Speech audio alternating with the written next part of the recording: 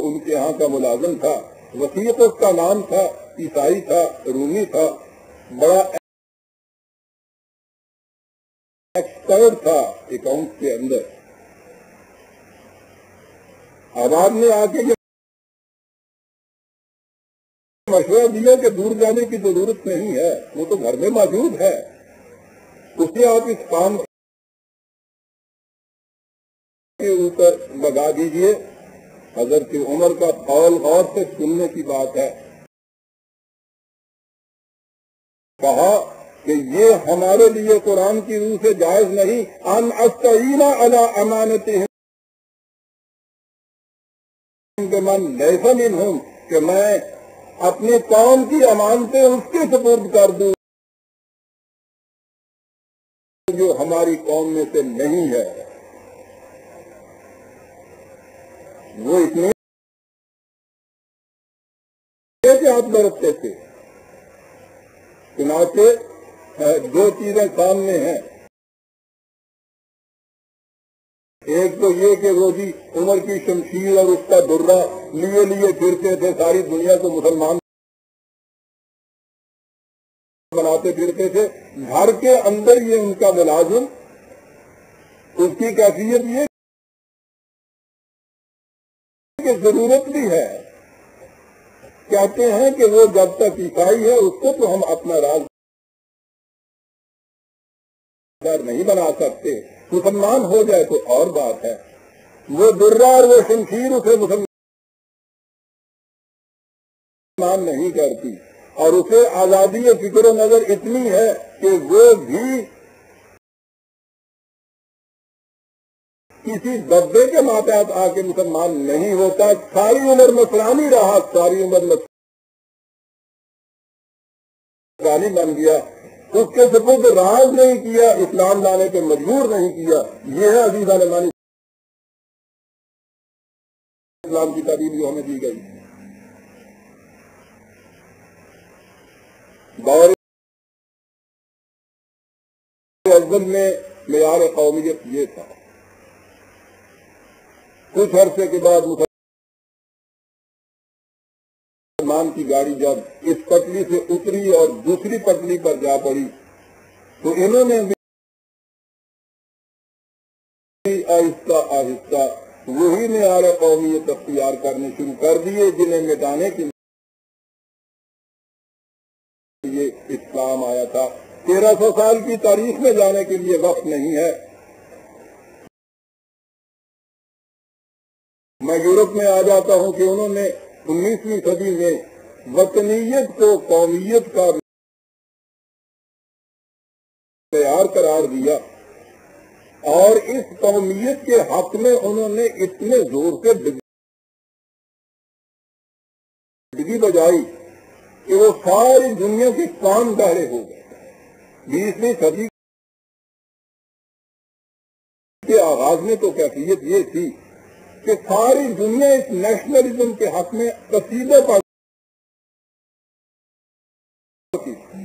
چاروں طرف سے اس کی تحسین و تبریک کے غلغلے بلند ہوتے تھے۔ ایسا دکھائی دیتا تھا کہ ابن آدم نے پھر سے اس فضا سے گمگشتہ کو پا لیا کہ جس کی تلاش میں یہ صدیوں مارے مارے پھرتا تھا۔ بڑے بڑے دانشوروں کی نگاہوں میں خیرگی پیدا تو ہو گئی تھی، قومیت، وطنیت، اس کی بنیادوں کے اوپر ایک نئی تہذیب و تمدن جب فضا اس شور سے بھرپور تھی تو ایسے میں سیالکوٹ کا ایک 30 سالہ نوجوان تعلیم کے حصول کے لیے یورپ گیا، وہاں جا کے اس نے ہر شے کا بڑی گہری نظر سے مطالعہ کیا۔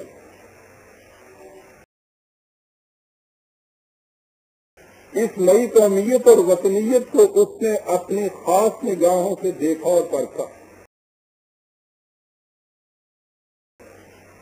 اس کی بنیادوں پر جو تہذیب استوار ہوئی تھی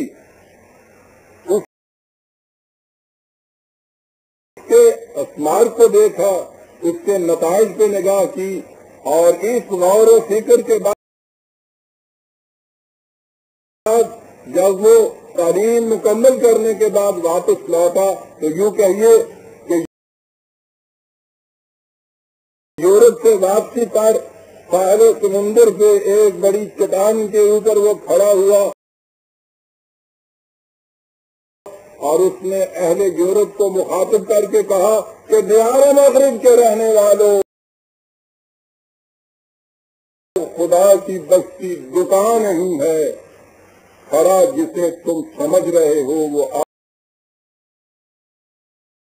اب درے کم عیار ہوگا اور تمہاری تعبیر اپنے خنجر سے آپ ہی خودکشی کرے گی، اس لیے کہ جو شاخ نازک پہ آشیانہ بنے گا نااستوار ہوگا۔ اور یہ نوجوان 20، 32، 33 سال کا نوجوان یہ تاثرات لے کے اور یورپ سے واپس آیا۔ عام طور پہ دیکھا یہ گیا ہے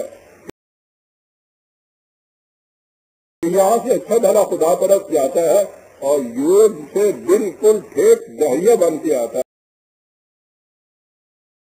ہے، لیکن یہ انقلاب عجیب تھا۔ اقبال جب یہاں سے گیا ہے تو وہ یہ گنگنایا کرتا تھا کہ ہندی ہے ہم وطن ہے ہندوستان ہمارا، اور جب وہاں سے لوٹا ہے تو کہا کہ تینوں عرب ہمارا ہندوستان ہمارا، مسلم ہے ہم وطن ہے سارا جہاں ہمارا۔ جب یہ گیا ہے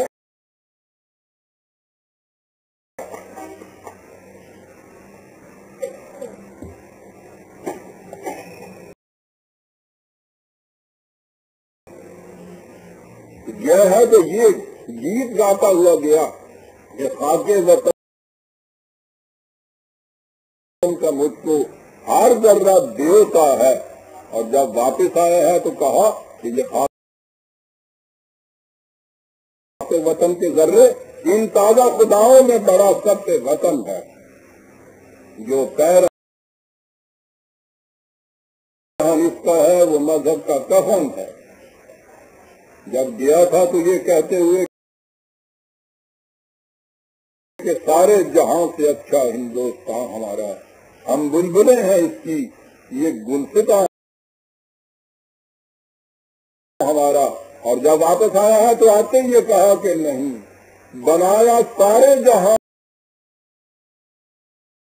سے اس کو عرب کے معمار نے نرالا، بنا ہمارے حصار ملت کی اتحاد وطن نہیں ہے۔ 1908 کی بات ہے عزیزان من، کہتے ہیں کہ سیاسی مطلب کوشیوں کی بنا پہ یہ ایک وسیلہ نہ حربے تھے وہ استعمال کر لیے تھے اس زمانے میں۔